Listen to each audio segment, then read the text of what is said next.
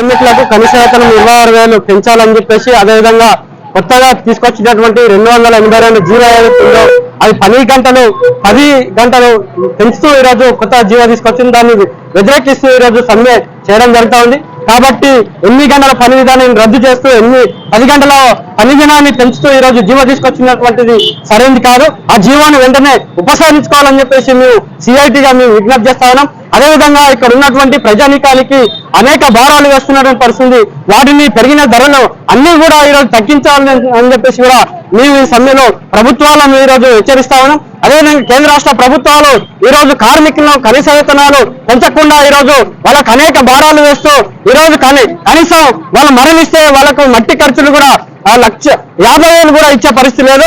అదేవిధంగా వాళ్ళకు ఈఎస్ఐపిఎఫ్ సౌకర్యం అమలు చేసే పరిస్థితి లేదు. అదేవిధంగా వాళ్ళ కుటుంబానికి వాళ్ళకి ఏదైనా జరిగితే వాళ్ళకి ఎంతో కొంత ఎక్స్గ్రేషియా 10 లక్షల రూపాయలు ఇవ్వాలి. కానీ అవన్నీ ఇవ్వకుండా ఈరోజు వాళ్ళకు సబ్బులు సరుకులు ఇవన్నీ కూడా ఇవ్వకుండా ఈరోజు నిన్నకు నీరెత్తినట్టు వేరుస్తున్న పరిస్థితి. కాబట్టి ఇక్కడ ఉన్నటువంటి కమిషనర్ కానీ అట్లనే ఇక్కడ ఉన్నటువంటి ప్రభుత్వం కానీ స్పందించి కార్మికుల పట్ల వేరుస్తున్నటువంటి తీరు మార్చుకోవాలి.